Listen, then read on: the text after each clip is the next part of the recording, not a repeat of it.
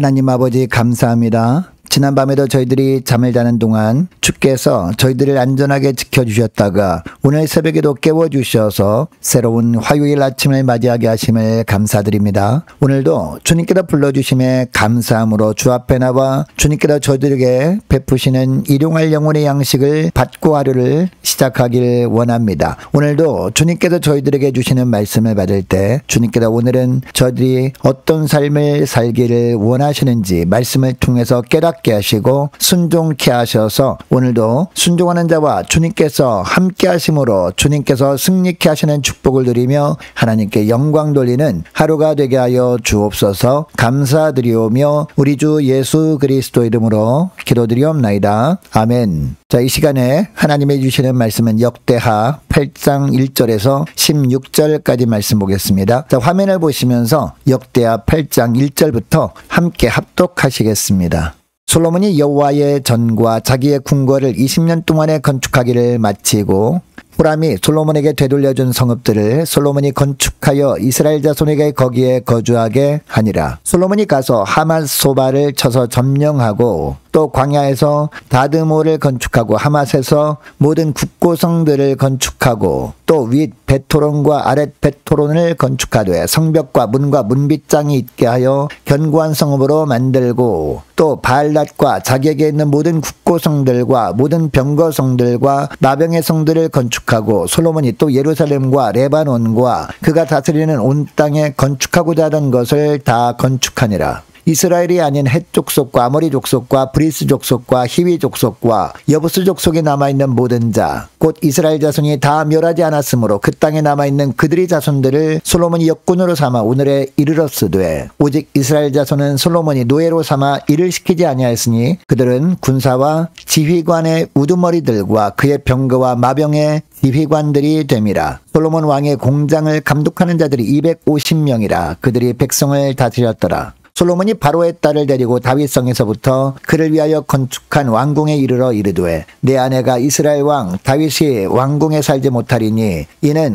여호와의 궤가 이른 곳은 다 거룩함이니라 하였더라. 솔로몬이 낭실 앞에 쌓은 여호와의 제단 위에 여호와께 번제를 드리되, 모세의 명령을 따라 매일의 일과대로 안식일과 초하루와 정한 절기 곧 1년의 새 절기 무교절과 칠칠절과 초막절에 드렸더라. 솔로몬이 또 그의 아버지 다윗의 규례를 따라 제사장들의 반열을 정하여 섬기게 하고 레위 사람들에게도 그 직분을 맡겨 매일의 일과대로 찬송하며 제사장들 앞에서 수종 들게 하며 또 문지기들에게 그 반열을 따라 그 문을 지키게 하였으니 이는 하나님의 사람 다윗이 전에 이렇게 명령하였음이라. 제사장들과 레위 사람들이 북고 일에든지 무슨 일에든지 왕이 명령한 바를 전혀 어기지 아니하였더라. 솔로몬이 여호와의 전에 기초를 쌓던 날부터 준공하기까지 모든 것을 완비하였으므로 여호와의 전 공사가 결점 없이 끝나니라. 아멘. 여러분, 예수 믿는 하나님의 자녀들은 인간의 꾀로 살지 않고 하나님의 베푸시는 하늘의 지혜로 사는 자들입니다.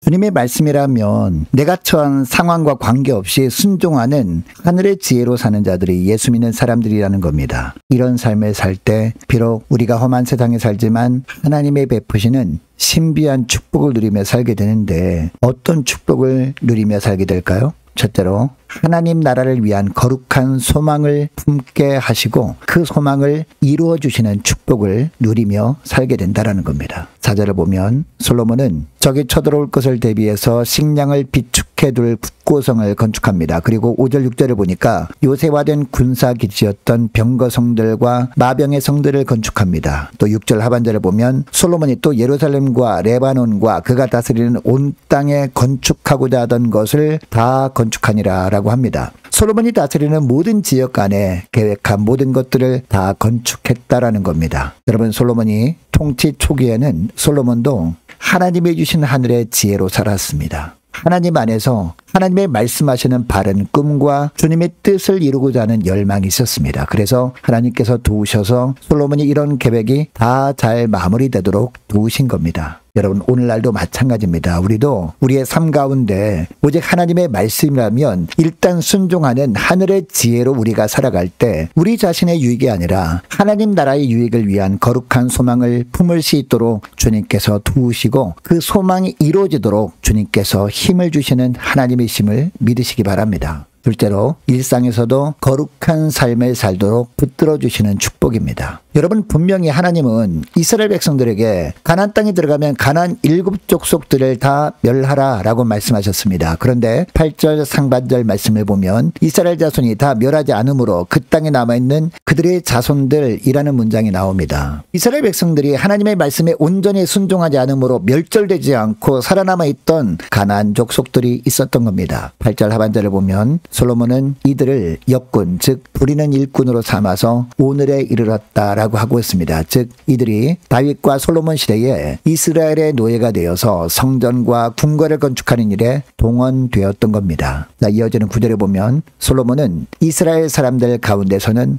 어느 누구도 노예로 삼아 일을 시키지 않았다라고 하고 있습니다. 이것은 레위기 25장에 나와 있는 율법, 즉 동족을 노예로 삼지 말라는 말씀을 솔로몬이 성실하게 순종했던 것이었습니다. 반면에 9절 하반절을 보면 이스라엘 백성들은 어떤 일을 했다라고 하고 있습니까? 군사들과 지휘관이 역할을 했다라고 하고 있습니다. 그런데 11절을 보면 솔로몬이 바로의 딸과 결혼을 하기는 했지만 다윗성에 있는 다윗의 왕궁에 살지 못하도록 하였다라고 하고 있는데 그 이유가 무엇이라고 하고 있습니까? 11절 하반절을 보면 이는 여호와의 궤가 이른 곳은 다 거룩함이니라 라고 합니다. 문제는 솔로몬이 이방 여인과 결혼한 후에 그 이방 여인을 단지 다윗의 왕궁에 살지 못하게 했다고 해서 이스라엘 땅에 우상이 들어오는 것을 막지는 못했다라는 겁니다. 결국 솔로몬은 정치적인 목적으로 결혼을 한 이방 여인들을 통해서 이스라엘 백성들에게 우상 숭배의 길을 터주고 말았습니다. 여러분, 오늘날 우리가 화려한 세상의 문화 속에서 살아가면서 온전한 그리스도인으로 구별된 삶을 살아간다는 것은 말처럼 그렇게 쉬운 일은 아닙니다. 사단은 각양각색의 방법으로 우리를 달콤하게 유혹하기 때문입니다. 세상과 적당히 섞여 살라고 손짓하기 때문입니다.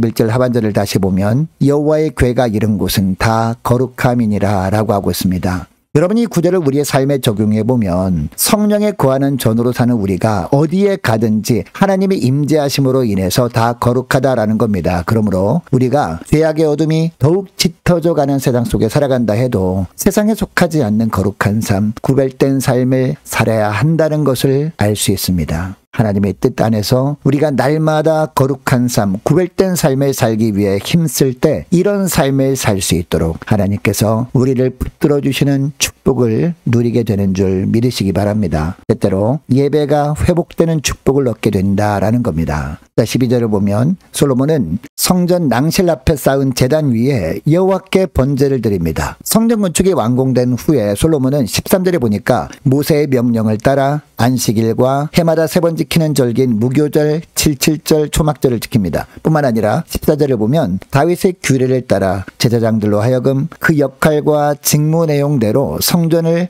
효율적으로 섬길 수 있도록 합니다. 솔로몬은 자신의 지혜와 열정만으로 하나님의 일을 한 것이 아니었습니다. 하나님의 뜻 안에서 모든 일을 행한 것이었습니다. 15절을 보면 제사장들과 레위 사람들도 무슨 일에든지 왕이 명령한 바를 전혀 어기지 아니하였다라고 합니다. 이렇게 함으로 말미암아 16절 하반절을 보니까 여호와의 전 공사가 결점 없이 끝났다라고 하고 있습니다. 성전 건축이 외형적으로 뿐만 아니라 세세한 부분에 이르기까지 결점 없이 완벽하게 마무리가 된 겁니다. 여러분, 오늘 본문의 말씀을 통해 하나님께서 저와 여러분에게 그리고 우리 교회에 주시는 메시지가 무엇일까요? 교회의 본질은 온전한 예배에 초점이 맞춰져 있어야 한다라는 겁니다. 온전한 예배를 위해서 각자에게 주어진 은사에 따라 열정을 다해 섬겨야 한다라는 겁니다. 이것을 위해서 모든 상황 속에서 오직 하나님의 뜻만을 구하고 그 뜻대로 행하기를 힘쓸 때 온전한 예배가 회복되는 축복을 누리게 된다. 이 말씀을 하고 계시는 겁니다.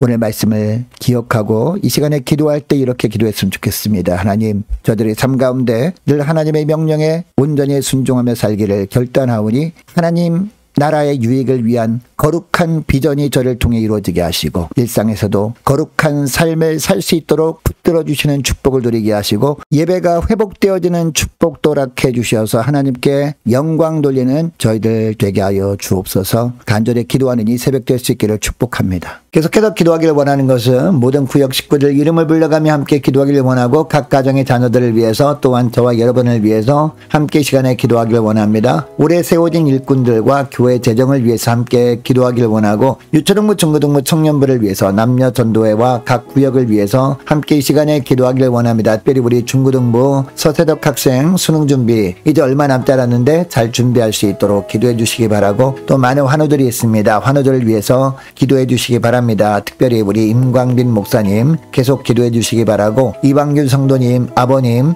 병원에 입원한 가운데 있는데 속히 회복시켜 주옵소서 간절히 기도해 주시기 바랍니다. 취업을 앞둔 청년들을 위해서 선교사님들 가정들과 나라와 민족과 우리 교회 앞날을 위해서 저와 여러분이 가지고 나온 기도 제목을 놓고 우리 함께 이 시간에 기도하길 원합니다. 기도하겠습니다.